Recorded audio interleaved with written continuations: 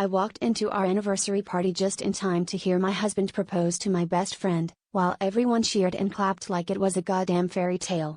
My stomach dropped so fast I thought I was going to puke right there on the rented carpet. I stood frozen in the doorway, clutching the stupid bouquet he'd insisted I pick up for ambience. The ring he'd chosen glimmered on her shaking hand, and she had the nerve to look back at me, tears streaming down her face, mouthing something that looked like "I'm sorry" while he grinned like the hero of his own love story. No one noticed me. Not my parents, not his sister, not a single friend who'd RSVP'd yes to celebrate us. I felt invisible, watching the two of them bask in the applause, my heart pounding so loud I barely heard the music switch.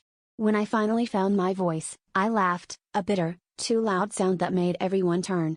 He looked at me, confusion flickering across his face, then guilt, then something like annoyance. That's when I realized, this wasn't some drunken mistake. They'd planned this. Together. My best friend, my maid of honor, my secret keeper, couldn't meet my eyes.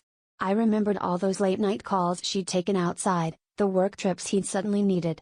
I saw it all play out in flashes, the lingering looks, the whispered jokes, the way my husband pulled away from me in bed while her texts pinged at 2 a.m. Rage burned through me, sharp and blinding, but underneath it all, shame twisted tight in my gut.